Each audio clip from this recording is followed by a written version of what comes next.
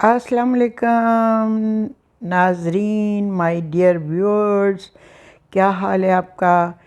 आपको मैंने अभी तक जॉर्डन की सैर कराई, अपने मुल्क की सैर कराई, हुंज़ा की करवाई। तो आज मैं आपको एक बहुत ख़ूबसूरत, बहुत ही मज़े के मुल्क की सैर करवाने ले जा रही हूँ।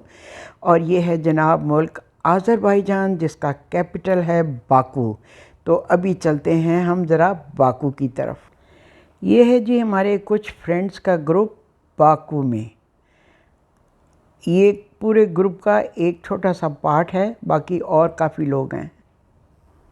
फिर सेम ग्रुप खाने की टेबल पर, और जनाब मैं बाकू में। और ये मैं शायद पैसे गिन रही हूँ कि मेरे पास कितने पैसे रह गए हैं, या फिर मैं अपने फ़ोन पे कुछ देख रही हूँ। ये बाकू में एक जगह है जिसको कहते हैं आतिश कदा। इसकी तफसील आप मेरे ट्रैवलॉग में पढ़ेंगे। इस वक्त हम लोग आतिश कदा के पास, बल्कि उसके बाहर ग्रुप की शक्ल में हैं।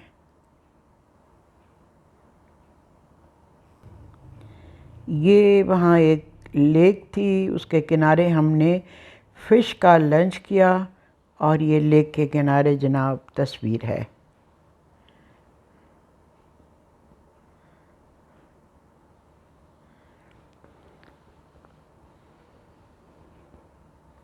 ठीक,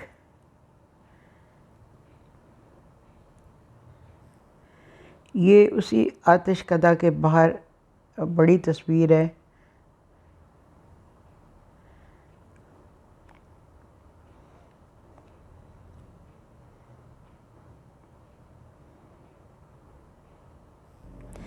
ये उस आतिश कदा की तस्वीर है जिसमें सैकड़ों साल कबल हर वक्त आग जलती रहती थी, और लोग आके इस आग की परस्तिश किया करते थे।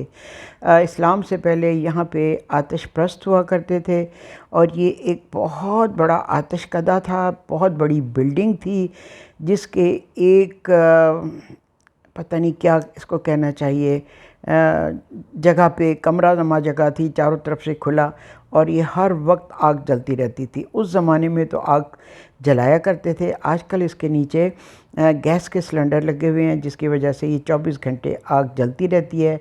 और मैंने पोज़ बनाया हुआ है उस ज़माने का।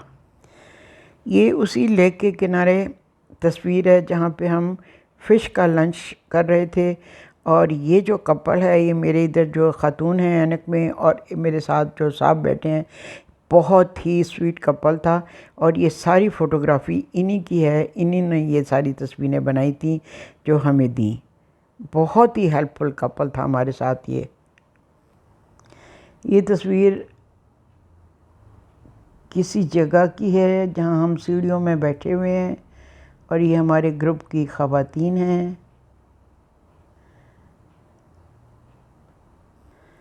ये बाकू शहर है, ख़ूबसूरत शहर, इतना साफ़ सुथरा, इतना साफ़ सुथरा कि देख के रश आता है इंसान को। ये वही कपल है हमारे साथ जो हम तन तैयार रहते थे किसी दूसरे की हेल्प करने के लिए। कोई मसला हो, किसी के फ़ोन में मसला हो, किसी के कैमरे में मसला हो, ये दोनों मियाँ बीवी हर वक्त हेल्प के लिए तैयार होते थे।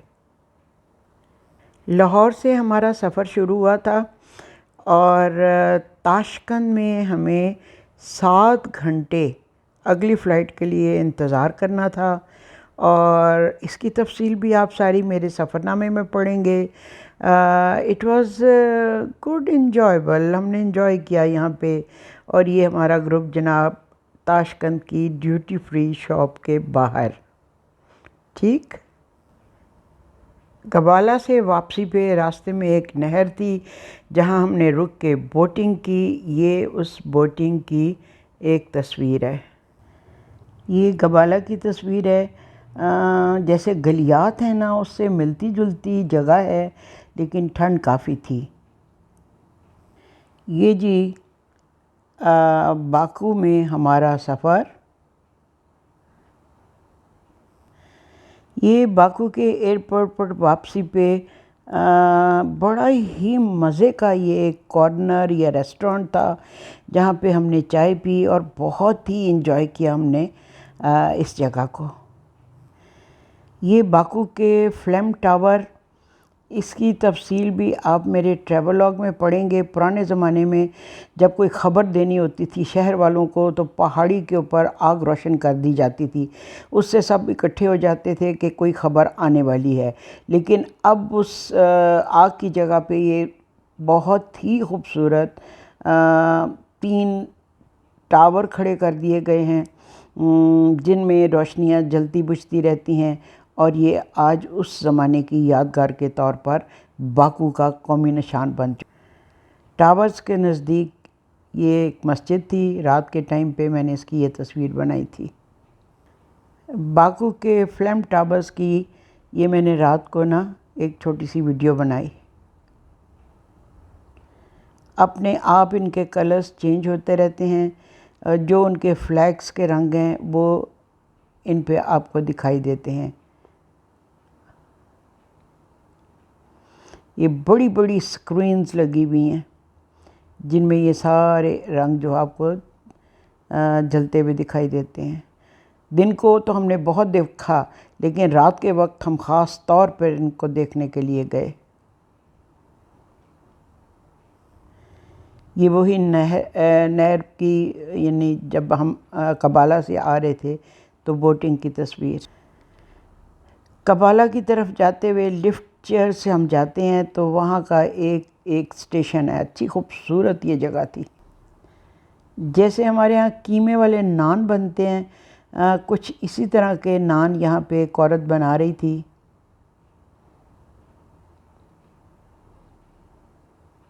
और बना बना के रखती जा रही थी।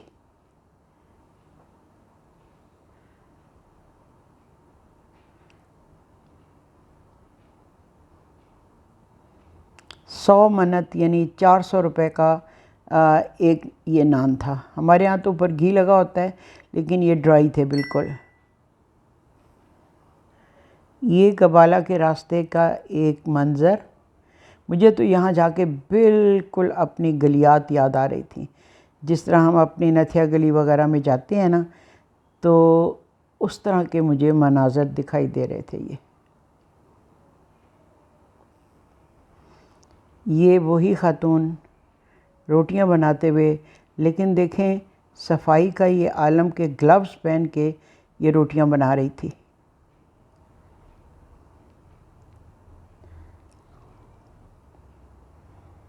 इसका बेलना देखें, बिल्कुल एक स्टिक की तरह से।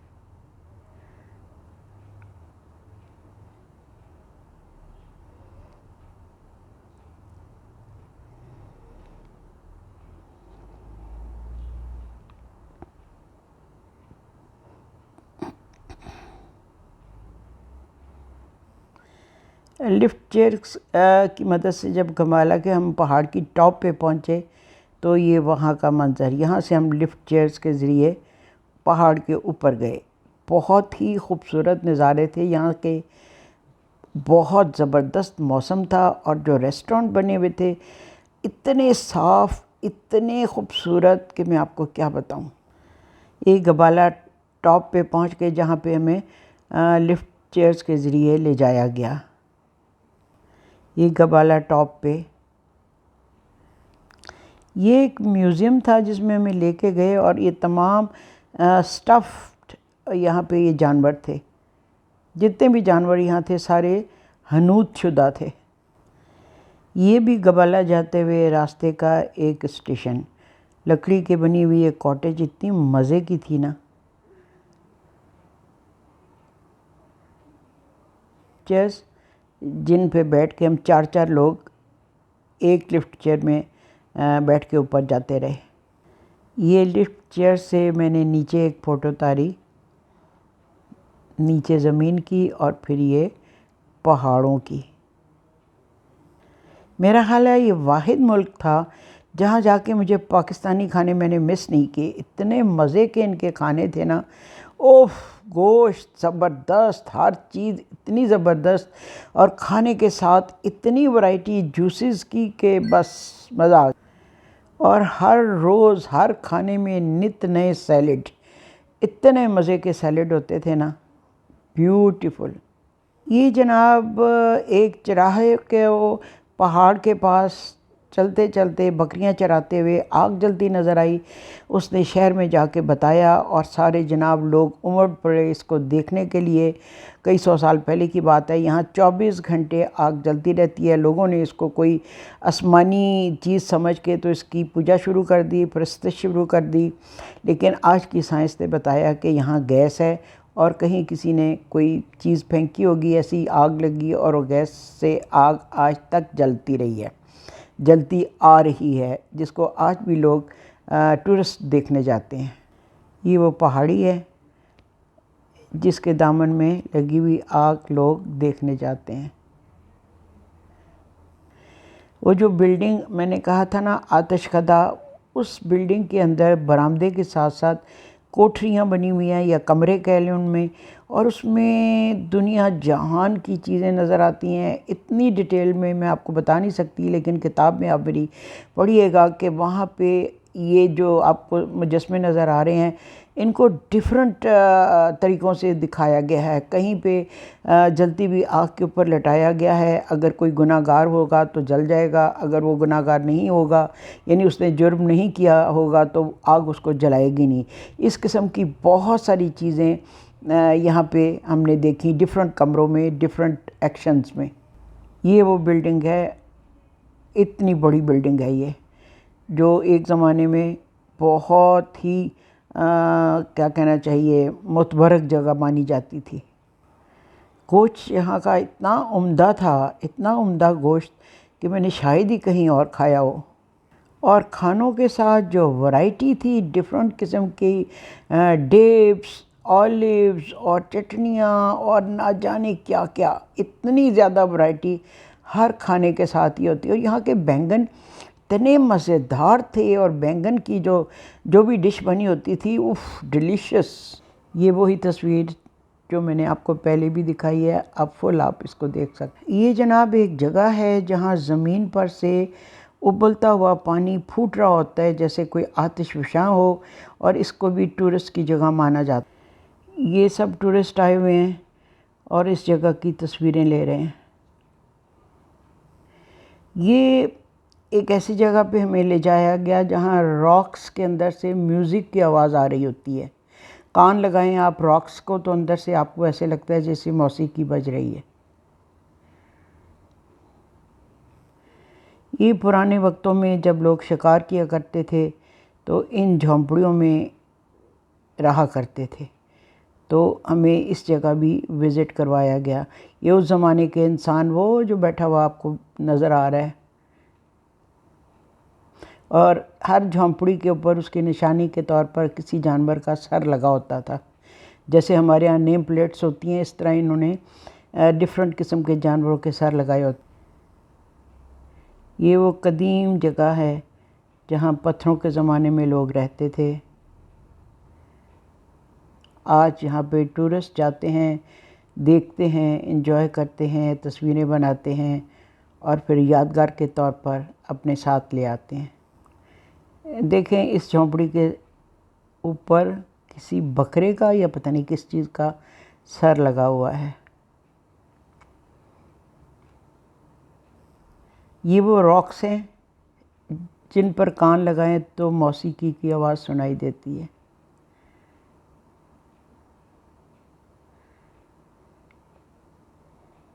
टूरिस्ट अट्रैक्शन जगह है ये जी बाकू का मशहूर निज़ामी स्ट्रीट, जिसको ना देखें तो समझें आप बाकू गए ही नहीं। इतनी बारौनक ये स्ट्रीट है, रात के टाइम ये जलती हुई लाइटें देखें कितनी खूबसूरत लग रही हैं। और इस स्ट्रीट में इतनी मज़े की दुकानें हैं, इतने फ़न हो रहे होते हैं, फव्वारे पानी उगल रहे होते हैं, उछाल रहे होते हैं। यानी सारी रात ये स्ट्रीट जागती है, टूरिस्ट सारी रात यहाँ पे घूमते फिरते हैं, एंजॉय करते। ये फिर बाकू के खाने, अनवा अक़साम के खाने, हर टाइम पे हमें इतने डिफरेंट खाने मिले थे और शायद ही कोई खाना एक हफ़्ते के इस टूर में रिपीट हुआ हो। निज़ामी स्ट्रीट का ये फव्वारा इतना खूबसूरत लगता है कि कोई हद नहीं। बाकू की बिल्डिंग्स, किसी किसी बिल्डिंग के ऊपर अभी भी रशिया का असर दिखाई देता है, यानी वही आर्किटेक्चर।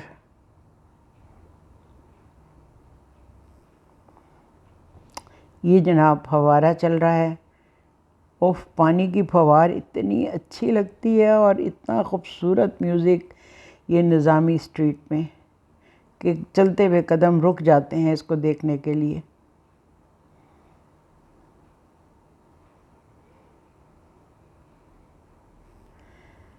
ये निज़ामी स्ट्रीट एट नाइट।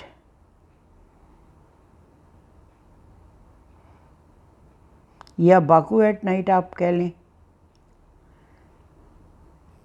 दिन के टाइम फ्लेम टावर्स का नज़ारा, दिन के टाइम ये इस तरह नज़र आते हैं और रात के टाइम मैंने आपको दिखाया किस तरह दिखाई देते हैं। बड़े बड़े टेलीविज़न इनके अंदर लगे हुए हैं जिनकी रोशनियाँ आपको दूर से, मीलों दूर से दिखाई देती हैं।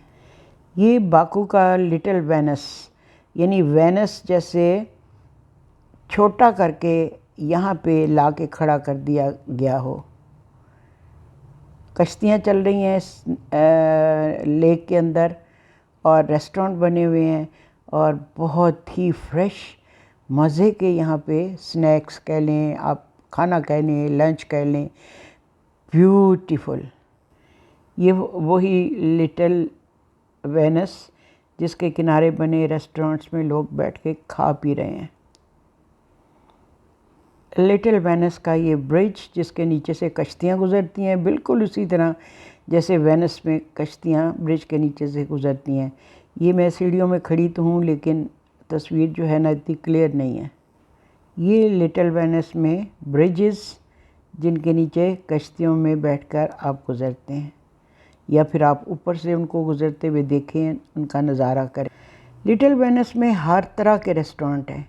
ये कोई अरेबियन रेस्टोरेंट था जिसमें इन्होंने शीशा भी रखा हुआ है।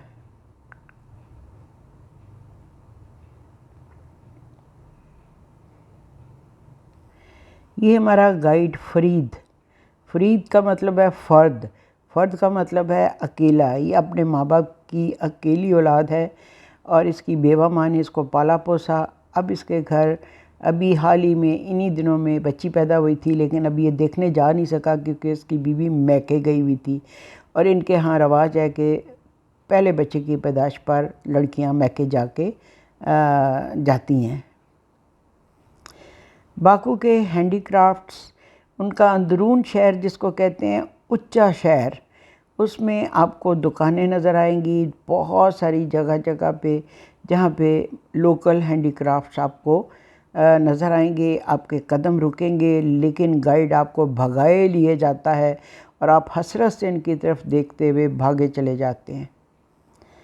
मैं तो क्लिक क्लिक साथ साथ तस्वीरें भी बनाती जाती हूँ, चलती भी जाती हूँ और यहाँ से मैंने बाकू की नमकदानियाँ भागते दौड़ते हुए ख़रीदी। अगर वो रह जाती तो फिर शायद मुझे दोबारा ना मिल पाती। उच्चा शहर की ये हैंडीक्राफ्ट्स, लोकल हैंडीक्राफ्ट्स की दुकानें जो आपके कदम रोकती हैं लेकिन आप रुक नहीं सकते क्योंकि गाइड ने आपको पूरे दिन में बेशुमार चीज़ें दिखानी होती हैं। इस तरह आप रुकते रहें तो फिर उसका मिशन पूरा नहीं होता। मिशन तो नहीं कहें, आप ड्यूटी कह लें। ओह, बिल्कुल पाकिस्तानी डॉल्स की तरह, उनकी लोकल डॉल्स। बाकू का पुराना शहर,